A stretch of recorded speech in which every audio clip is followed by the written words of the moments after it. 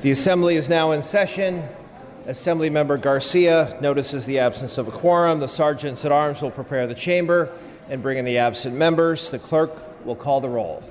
Ashajian, Alejo, Allen, Baker, Bigelow, Bloom, Bonilla, Bonta, Bro, Brown, Burke, Calderon, Campos, Chang, Chow, Chavez, David Chu, Kansan Chu, Cooley, Cooper, Dababne, Daly, Daly, Dodd, Eggman, Frazier, Gaines, Gallagher, Christina Garcia, Eduardo Garcia, Gatto, Gibson, Gomez, Gonzalez, Gordon, Gray, Grove, Hadley, Harper, Hernandez, Holden, Irwin, Jones, Jones Sawyer, Kim, Lackey, Levine, Linder, Lopez, Lowe, Mainshine, Mathis, Mays, McCarty, Medina, Melendez, Mullen, Nazarian, Obernolte, O'Donnell, Olson, Patterson, Perea, Quirk, Rendon, Ridley Thomas, Rodriguez, Salas, Santiago, Steinorth, Stone, Thurmond, Ting, Wagner, Waldron, Weber, Wilk, Williams, Wood. Madam Speaker.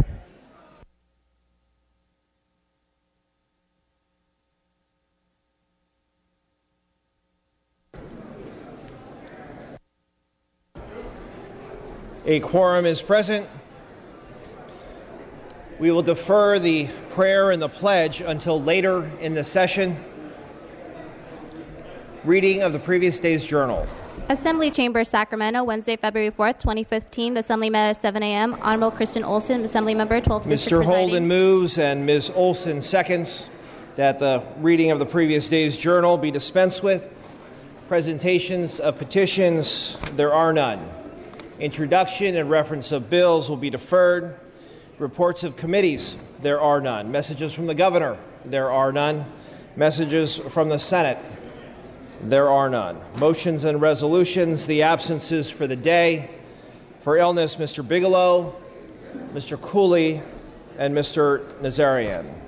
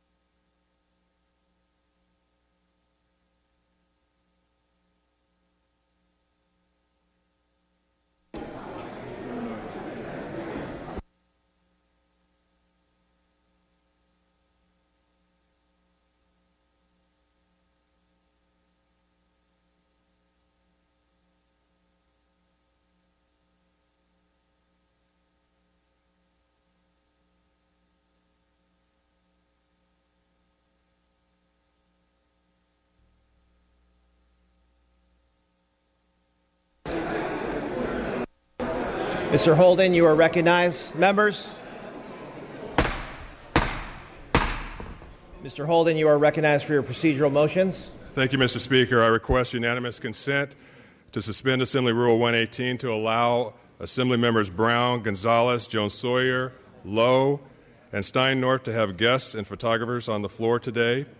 The guests of Mrs. Brown, Mr. Lowe, and Mr. Stein-North will be seated at their desk for the introduction. Mr. Jones-Sawyer's guests will be in the area of the members' desk for the observance of Black History Month. Without objection, the request is granted. Mr. Speaker, I further request unanimous consent to suspend Assembly Rule 45.5 to allow Assembly members Burke and Jones-Sawyer to speak on Adjourn in Memory today. Without objection, the request is granted.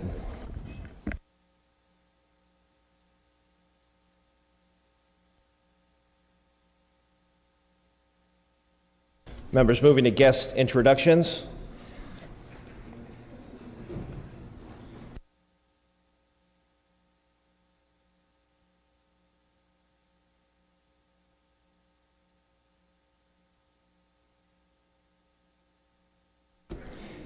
Ms. Brown, you are recognized for your guest introduction.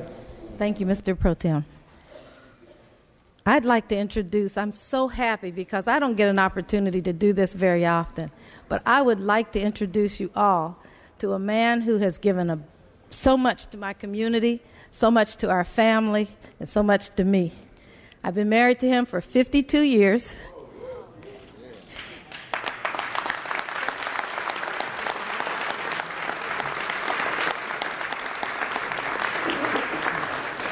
We just celebrated a few weeks ago that anniversary, and many of you know that he's been diagnosed with ALS.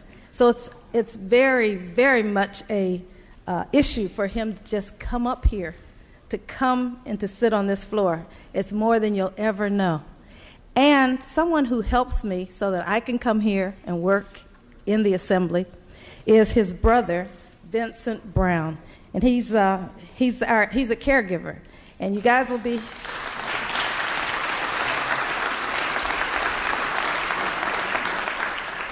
You'll be hearing more about caregivers because if you don't have one now, you may need one later.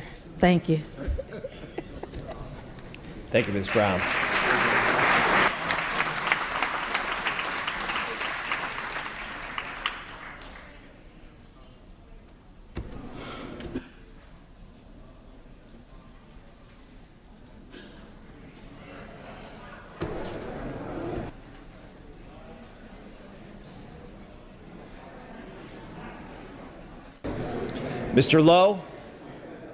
Mr. Lowe, you are recognized for your guest introduction. Mr. Speaker, members, thank you very much for giving me this opportunity to introduce my father, Dr. Arthur Lowe. My father is a graduate of McClatchy High School here in Sacramento. He was raised here in Sacramento and is also a graduate of UC Berkeley School of Optometry. He's an optometrist, and he would tell you to get your eyes checked many a times. But it's because of him that I'm here today. He is practicing in the city of Campbell and was Citizen of the Year in Campbell and was on the Chamber of Commerce Board of Directors and served as president of the Campbell Chamber of Commerce and president of the Campbell Lions Club. He never wanted to run for office, so he left that up to me. So thank you very much for allowing me to welcome my father, Dr. Arthur Lowe, here today.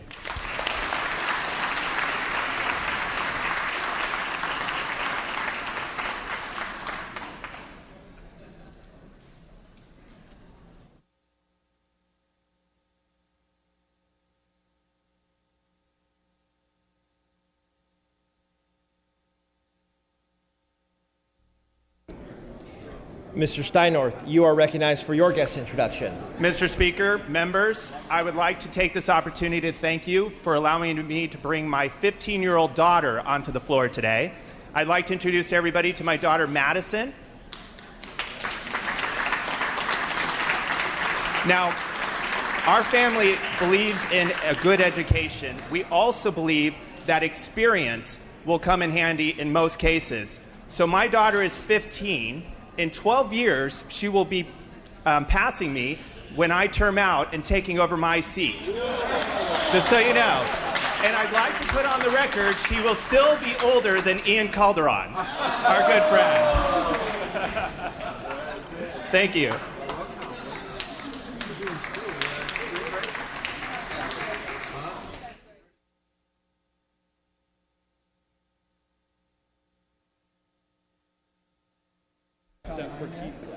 Members, please take your conversations out of the aisles. I need to recognize Assemblymember Gonzalez from Mr. O'Donnell's desk. Ms. Gonzalez, you are recognized. Thank you, Mr. Speaker and members. Today I'm very excited to introduce the most famous member of our district this year. The Miss California program is a part of the Miss America program, the oldest and most prestigious scholarship program for young women in this country, who paid for countless women to go to college, graduate school, and law school. And so it is my great pleasure to bring to this floor Marina and Sarah.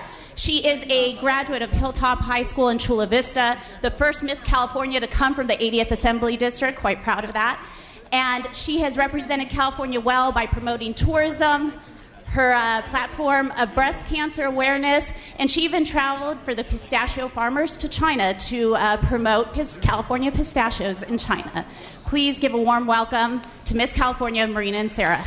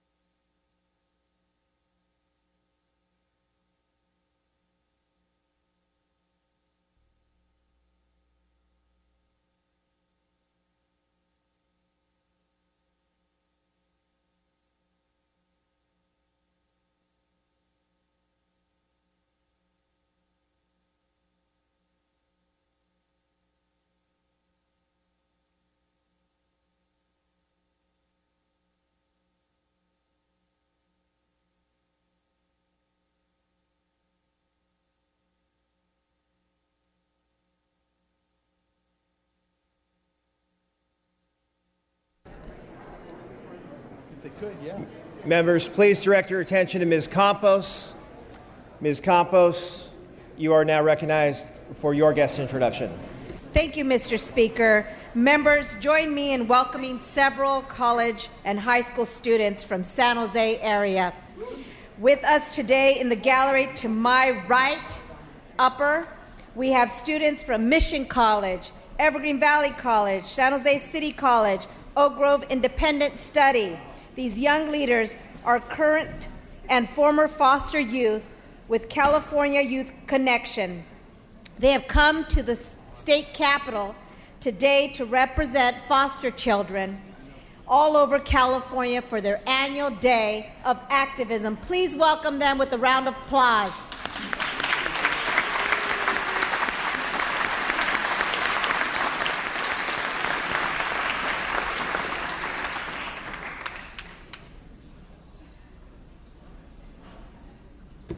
Moving to Mr. Dodd. Mr. Dodd, you are now recognized to introduce your guest in the Assembly today. Mr. Speaker and fellow Assembly members, it's an honor to introduce a group of young artists from my district who are here in the gallery. Somewhere? Are you up here? The work of these 15 children and teenagers has been published in this year's Art Therapy calendar, an award-winning calendar whose sale supports Aldea's art therapy program. Your offices are all receiving a copy of this, which features some of the country's finest youth art. art therapy plays an integral part in the program at Aldea Children and Family Services. Since 1972, Aldea has worked diligently to support families in the Napa and Solano County areas in the face of financial, mental, and cultural barriers to quality mental health services. The art in this calendar gives children a voice to express themselves and helps them work through conflicts and trauma with the guidance of trained therapists. I would like to invite fellow Assembly members, staff, and the public to the Capitol basement dining room after this session for a reception for these talented young artists. Please join me in welcoming these young artists and their families, as well as the art therapist and project coordinator, Al Friedman, and other members of the Aldea staff.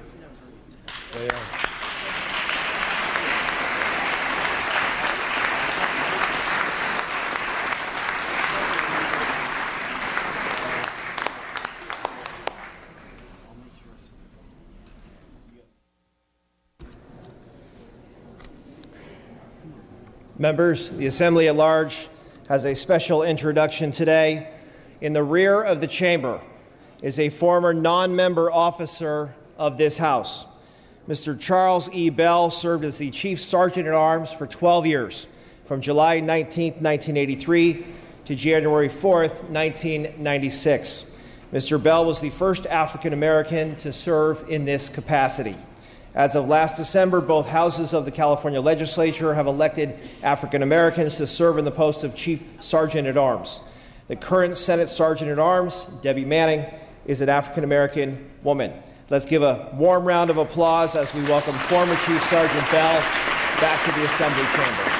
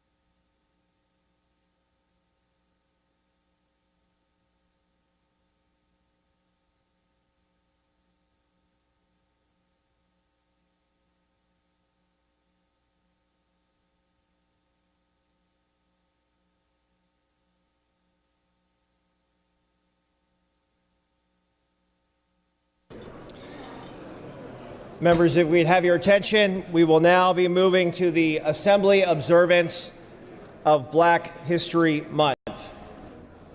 We ask our guests and visitors in the rear of the chamber and in the gallery to please stand for the prayer. The day's prayer, members. The day's prayer will be offered by Assembly Member Cheryl Brown. Assembly Member Brown.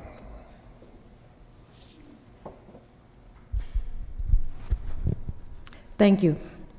Will you bow your heads, please? Lord, through your teachings, we know that faith is being sure of what we hope for and certain of what we don't see. Hebrews 11:1. We know that much of America's rich history is based on this faith. Faith in our inalienable rights, faith in our founding fathers, faith in our Constitution. However, Lord, this faith has not gone untested. The test of slavery, the test of segregation, lynchings, and discrimination have all challenged the faith upon which this nation was founded. These bitter trials, however, have not tested our faith in you, Lord. We have found strength in your eternal love. Therefore, as we celebrate Black History Month, and highlight the many contributions that African Americans have made to this country, we ask that you give us your guidance to help us remember these important moments and people. To forget our history, our Black history, our American history, is to forget the blessings and love that you bestowed upon us as we endured the trials, triumphs, and tragedies that shaped our country. As we continue to weather these storms, we ask, Lord, that you bless us and continue to lead us through our faith in you. Amen. Thank you, Ms. Brown. We ask our guests and visitors to remain standing and join us for the flag salute. Please join Assemblymember Autumn Burke as she leads us in the pledge. Ms. Burke. I pledge allegiance to the flag of the United States of America and to the republic for which it stands, one nation, under God, indivisible, with liberty and justice for all. You may be seated.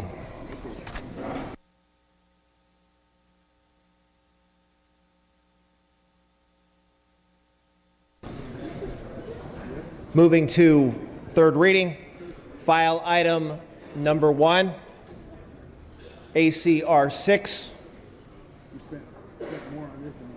Mr. Jones Sawyer, are you ready to proceed with this item? Yes, Mr. Speaker. The clerk will read ACR 6.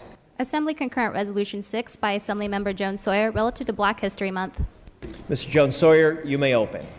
Mr. Speaker and members, ACR 6 recognizes February 2015 as Black History Month, which was the brainchild of Carter G. Woodson, who felt that it was important to begin to chronicle the stories and achievements of African Americans in the United States. Stories which began before 1926 were not known because African Americans were seen as chattel and property and could not have a history. So what began as one man's dream to have the accomplishments of Black Americans included in our history books became formalized in 1976 during the bicentennial anniversary of the independence of the United States and declared officially February as Black History Month. As we continue to celebrate Black History Month in the 21st century, it is not surprising to know that there are still stories out there waiting to be found and told which tell of African Americans who overcame great obstacles or gave their lives to leave their mark on American history. The theme for this year is A Century of Black Life, History, and Culture, which highlights the great accomplishments of African Americans. African Americans who were able to overcome segregation and racism to achieve what to some may seem impossible, and who were more times than not denied their basic civil and human rights, but still played an integral role in shaping the history of this nation. Whether it's Marshall Major Taylor, a world champion cyclist in 1899 who had to travel to Europe to compete before because he was not allowed to race in the United States. Or Frederick D. Patterson, who was and is the only known African-American car manufacturer to date, who manufactured 150 cars around the same time as Henry Ford. These stories all need to be part of our American history. But black history is everyone's history. Whether you believe human beings were created by God or evolution, all roads lead back to Mother Africa. It is man who has separated us by race, religion, gender, and geography. So when we say Black Lives Matter, it also means all lives matter. African Americans may have started the fight to abolish slavery, end segregation, for civil rights, and the elimination of apartheid, but it is all of us, Latinos, Asians, API, women, LGBT, and Native Americans who have all benefited from the victories of the African American. Every 28 hours, a black man is killed by law enforcement. Black people are disproportionately incarcerated and living in poverty. Let us in this chamber, let us begin a series of revolutions. In this chamber, we should start the revolution of prison abolitionists, ending poverty, and most important, that all lives matter. We must begin the process of creating policies, legislation, and most important, funding to end the important challenges of this day. So when we meet again in 2016 for the Black History Month celebration, hopefully we can truly revel in our accomplishments. I don't care if you spiritually see the light or evolve as a human being, hopefully you'll be enlightened to take the next step. Lastly, I want to invite everyone here to view the Dr. Martin Luther King display in the Rotunda, which opens today. The Black Caucus is also hosting 2 screenings this month, including The Forgotten Four on February 10th, tomorrow, and Selma later on this week. On your desk is a copy of the book Controversy and Hope, the civil rights photographs of James Corrales, authored by Julian Cox, Rebecca Jacob, and Monica Corrales. Mr. Corrales documented the 1965 Selma to Montgomery March for Civil Rights. 2 special exhibits are on display in the second floor of the Rotunda. Exhibit number 1 is about our theme this year, A Century of Black Culture and History and Life. Exhibit 2 includes civil rights era editions of Ebony and Jet magazines.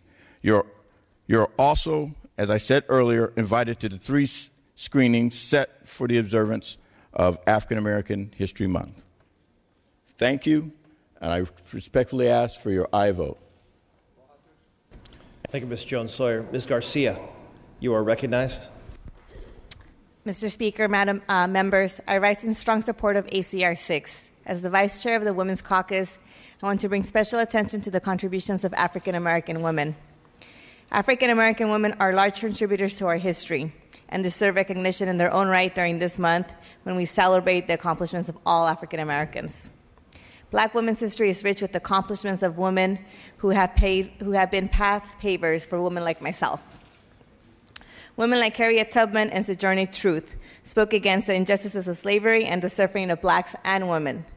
They laid the foundation for the civil rights movement that ensured rights for women and blacks. Tubman and Truth laid the path for strong women like Rosa Parks, Myrlie Evans, Anna Arnold Hedgeman, and every woman in the state legislature. During slavery, women like Phyllis Wheatley used the written word to educate others. Today, we are grateful for the works of Maya Angelou, Toni Morrison, Sojourner Neale Hurston, and Alice Walker. During the Harlem Renaissance, poets and singers like Josephine Baker, Alice Dunbar Nelson, and Lynn Hardin Armstrong used music, jazz, and soulful spoken word that influences the likes of Nina Simone, and Diana Ross decades later. These women left the stage open for many young performers today. Some of these young performers you will see as keynote speakers next month during Women of the Year special ceremony. On stage and screen, women like Pearl Bailey opened our eyes. Her stage presence opened the world for women like Lena Horne and later for women like Oprah Winfrey. As we gather today to celebrate the amazing accomplishments of all African Americans, I'm especially grateful for the African American women who paved the way for so many of us. And I am ever so committed to continue to fight for pay equity and equal representation of women in elected office, boardrooms, and in all positions of power. Thank you. Thank you, Ms. Garcia. Mr. Levine, you are recognized at your desk.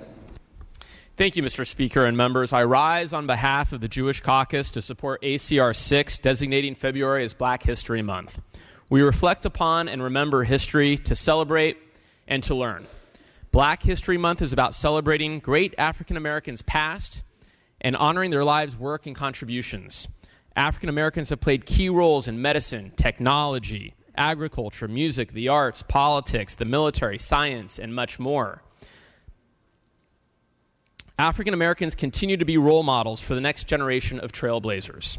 In every community, we have African American leaders who are working for affordable housing, safe streets, quality schools, good-paying jobs, and a strong sense of community. Black History Month is also about recounting the lessons of our nation's past and continuing the struggle and fight for equality. True equality, not just in law, but in how we live our lives. Today, as many communities struggle with race issues, it is important that all of us recognize the heritage of African Americans. We must never forget great African Americans like the Tuskegee Airmen who fought for the freedom of this nation, even though they themselves could not enjoy many of the very freedoms they were fighting for. They are among America's finest heroes. The richness of Black History Month is truly American history. We all share in this celebration, and I thank Mr. Jones Sawyer for authoring this important resolution. Thank you, Mr. Levine. Mr. Bonta, you are recognized. Thank you, Mr. Speaker and colleagues. Today, I rise on behalf of the API Caucus in strong support of ACR 6, which celebrates the rich, resilient, and inspiring history of African Americans and the enormous contributions African Americans have made to California, our nation, and the world. As a member of the API community and a father of 3 Black, Puerto Rican, and Asian children, I am personally moved by the historical collaboration between the API and Black communities that has helped shape our nation. Japanese-American activist Yuri Kochiyama fought side by side with Malcolm X during the Civil Rights Movement. W.E.B. Du Bois called on African Americans to support the 1920s Indian anti-colonial resistance. And Chinese-American activist Grace Lee Boggs fought for racial justice alongside Black activists, just to name a few examples. And I would be remiss not to mention the significance of my own district, which includes the great city of Oakland, as we celebrate Black History Month. From Angela Davis, whose passionate work to promote equity and justice, including within our criminal justice system, made her an international icon for civil rights, to the Black Panthers, who worked in Oakland to address incidents of police excessive use of force and spearheaded voter registration and school breakfast programs. Oakland and the East Bay have a rich and proud history. Together, we have made a significant impact on creating a more just and more equitable state and nation. However, we still have work to do. African American children experience the highest rates of child poverty in California. While people of color make up about 30% of the nation's population, they count for 60% of those in prison. And California's unemployment rates are highest among African American males. Each one of us in this chamber can make a difference.